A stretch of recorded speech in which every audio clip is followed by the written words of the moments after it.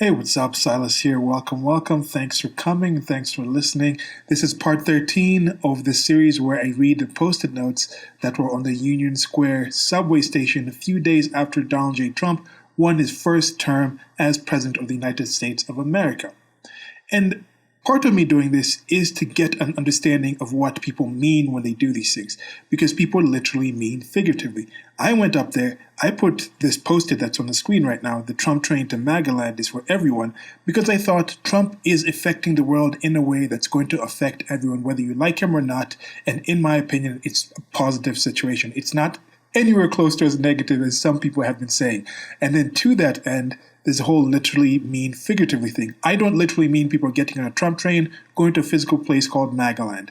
And people don't literally mean he is that person from Austria back in the day. At least I don't think they do. But what do those fears, what does calling him that person figuratively mean to them, and why do they get to that point?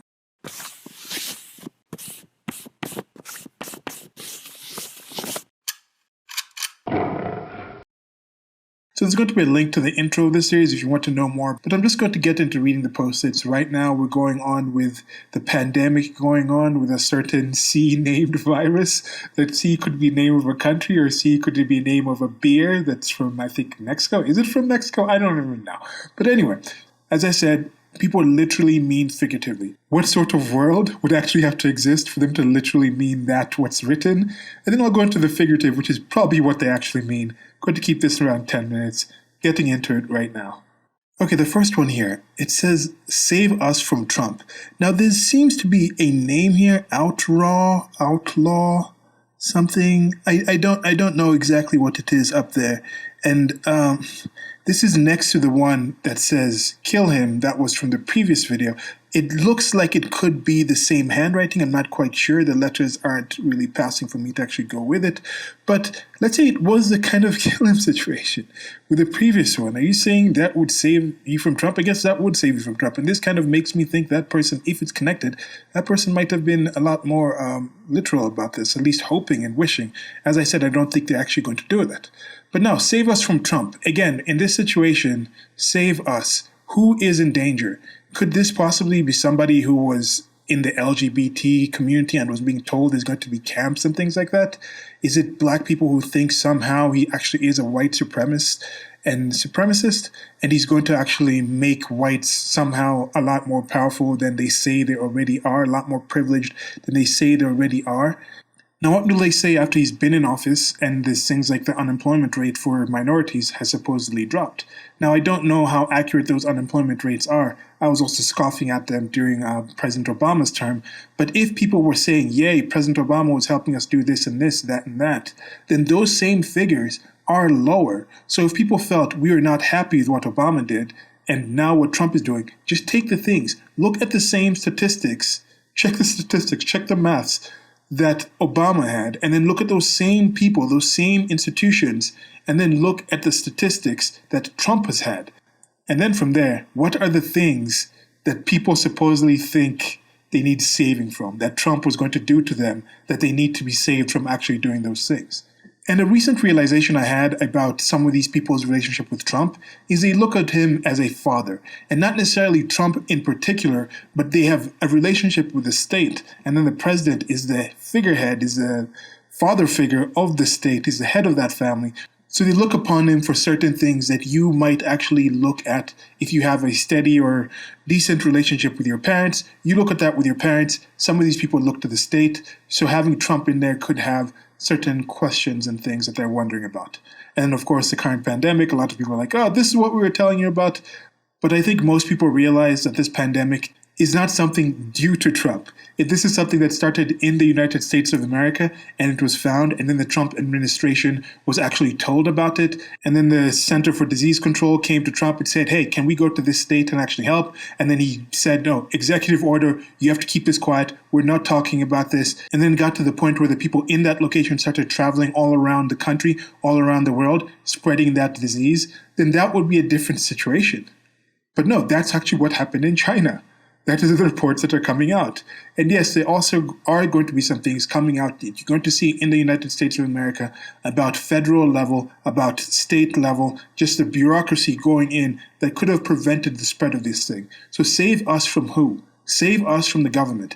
This is a positive of Trump, what I'm saying with the Trump train to Magaland. There's some people that are slavishly dedicated to the state. And now, by having a figurehead of the state that they despise, maybe they look at the state in a different way, versus having somebody like Obama that was more personable. This is something that I thought when George Bush was president, George Bush Jr. I wasn't a fan of him. At that point, I think I was still leaning more politically left. I looked at him and I said, okay, he may have issues, he may have some problems, but he seems like somebody you could sit down and have a beer with. He seemed like somebody personable. He seemed like a nice person. But I don't care about nice people in this situation. When you're a president, when you're in that position, I'm looking at certain results that you're doing in that position. You don't have to be nice. You don't have to be able to sit down and have a beer with me. In fact, I'm thinking, I want somebody who actually is elite. I want somebody who I look at and like, wow, that person is really capable of these things. I don't know how they can do that. I don't want them to feel like there's somebody who I could just meet at the bar randomly, because I'm at the bar randomly and I don't think I have the capacity to handle some of these things. So why should just some other rando do so? Okay, next one. Love is all there is. I've talked about this before and I will keep repeating it. People use love too easily. What do people mean when they say love? What do you mean when you say love? If you love somebody, what does that mean to you? If you love a thing, if that thing stops. There's so many people who just use it in a figurative sense. I think a lot of people, especially in first world countries, let's focus on the United States of America here, say love in the same way that they say poverty. Your average middle class, upper middle class American, when they think of poverty, it's a different quality of life. It's a different standard of life. It's a different level of life, quality of life. It's not living in a shack. It's not living in a corrugated metal hut with no running water, with just feces and human waste running all over the place. That's not what they have in mind when they say poverty. This love is all there is. They live in a society where I think they're just so used to a certain level of comfort and security, despite how recent this is. Despite how unusual this is. I just heard there was a story, I haven't double checked it, but there was somebody here in Kenya. There's a chance that people thought this person had the coronavirus, and the little knowledge that they had, they took that he was coming from a bar drunk and they stoned him to death. That's also what there is. I think sayings like these are kind of deepities. They just things that sound nice but don't really mean anything. It's just 0 calorie. There's no actual content to a statement like this. So, I don't know. It just frustrates me. Love is all there is, and then what? Is it something to remember, something to forget? How are you defining love? I'm just going to move on to the next one. First successful female campaign manager.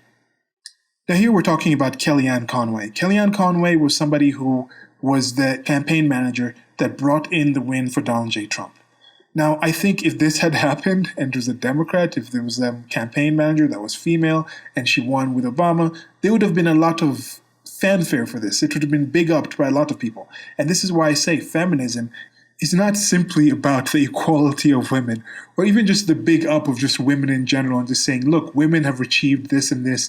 Let's actually, what's it called? Praise or honor, or it's more a thing of let's worship certain women. Certain women want a level of worship and they come to this on that. Now, females in general are amazing. They are the controlling factor of human reproduction. Just on the simple natural level, how many more humans you have in the next generation is completely dependent on how many women you have in the current generation. And we have been so tied to just a simple reproductive urges and reproductive interests that life forms have, that we have built our society. It's ingrained in that.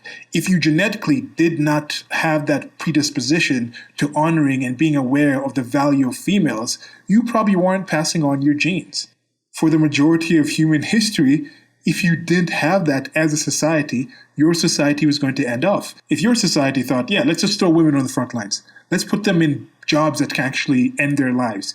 If you did that, you would not have enough women to reproduce the next generation. So there was something where it's like, look, we're going to have males be disposable in that sense, and then women have their own threat and their own danger in simply reproducing. And that was the main focus for it. So women themselves started realizing, the females themselves started realizing, hey, we need to focus on this. These are the things that make us better. These are the things that make us more valuable to a society, to a culture, to humans completely, to the men that we love, to the males that we care for. And then the males will also think, we need to be disposable. We need to protect them. We need to go out there and risk things to bring back resources for ourselves. We need to be more valuable to the society, to the culture, to the females that we liked. And that's what worked in this situation.